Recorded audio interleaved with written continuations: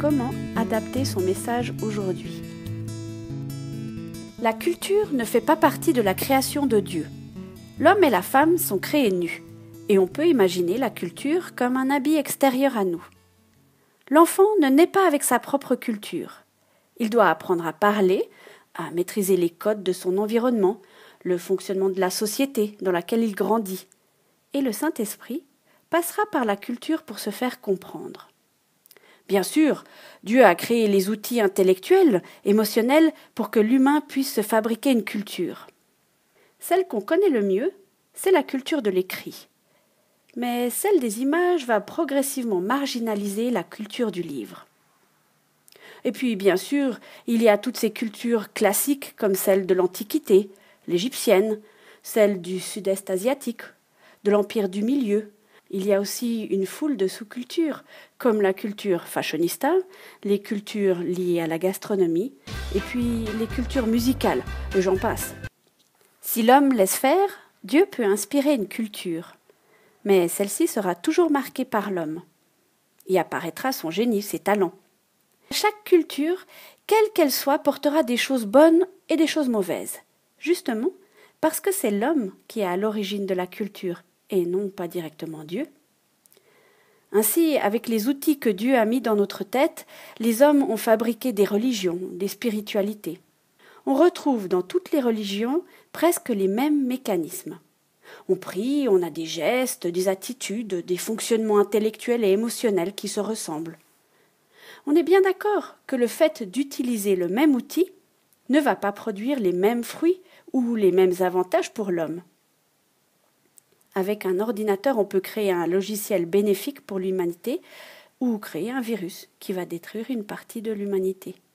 Ce n'est pas l'outil qu'il faut accuser, mais l'humain qui le manipule.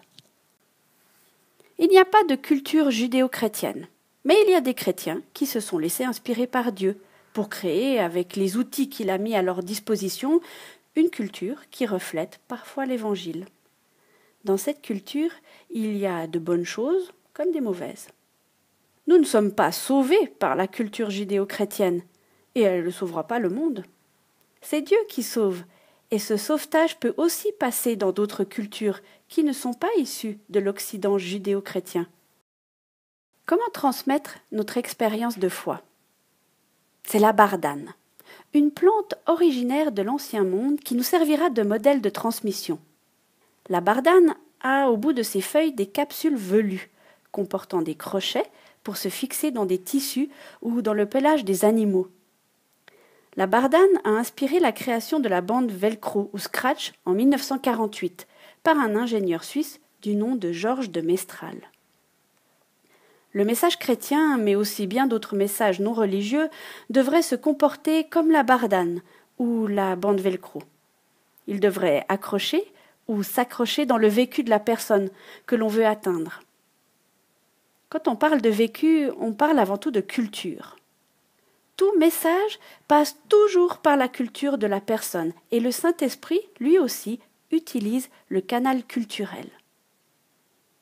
Le chrétien n'est souvent pas conscient de cette difficulté, et il pense que son message passe automatiquement dans la tête de son interlocuteur sans passer par son habit culturel. Ce qui nous joue des tours, c'est que la culture du livre, qui arrive en bout de course, a formaté la culture occidentale et a permis que nous ayons une culture commune largement répandue par le système de l'école. On se comprenait du nord au sud d'un pays qui parlait la même langue. Mais ce n'est plus le cas aujourd'hui. Nous sommes en face de tribus culturelles qui ont de plus en plus de peine à se comprendre mutuellement. Ces tribus se sont formées à partir de la musique, de la culture de l'image, mais aussi du sport. Les nouvelles églises qui se lancent aujourd'hui épousent souvent un mode culturel spécifique. Elles deviennent en fait des églises de type tribal. Il existe déjà des églises dites ethniques que nous avons appris à comprendre et à respecter. Mais les tribales fonctionnent encore différemment.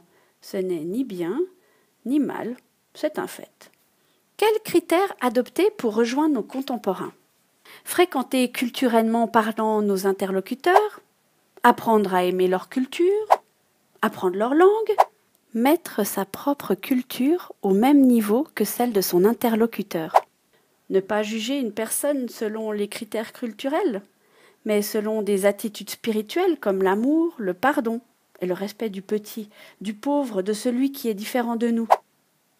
En gardant le credo de l'Église, réinterpréter le message pour qu'il accroche. Comprendre les mécanismes culturels où il faut s'accrocher. Accepter que ces nouveaux critères culturels me mettent mal à l'aise. Accepter que le fait d'être mal à l'aise n'est pas un critère suffisant pour dire que c'est mal. Et voici un texte tiré de la Bible qui pourrait faire écho à nos explications. Personne parmi vous ne peut me forcer à faire quelque chose. Pourtant, j'ai voulu devenir le serviteur de tous pour gagner le plus de gens possible. Avec les Juifs, je vis comme un Juif pour gagner les Juifs. Avec ceux qui obéissent à la loi de Moïse, j'obéis à la loi pour gagner ceux qui lui obéissent. Pourtant, je ne suis pas obligé d'obéir à cette loi. Avec ceux qui ne connaissent pas la loi de Moïse, je vis comme si je n'avais pas cette loi, pour gagner ceux qui ne la connaissent pas. Pourtant, j'ai la loi de Dieu, puisque j'obéis à la loi de Christ. Avec les chrétiens fragiles, je vis comme si j'étais fragile, pour gagner ceux qui sont fragiles. Je me donne entièrement à tous pour en sauver sûrement quelques-uns. Et tout cela, je le fais à cause de la bonne nouvelle, pour participer à ses richesses. 1 Corinthiens 9, 19 à 23.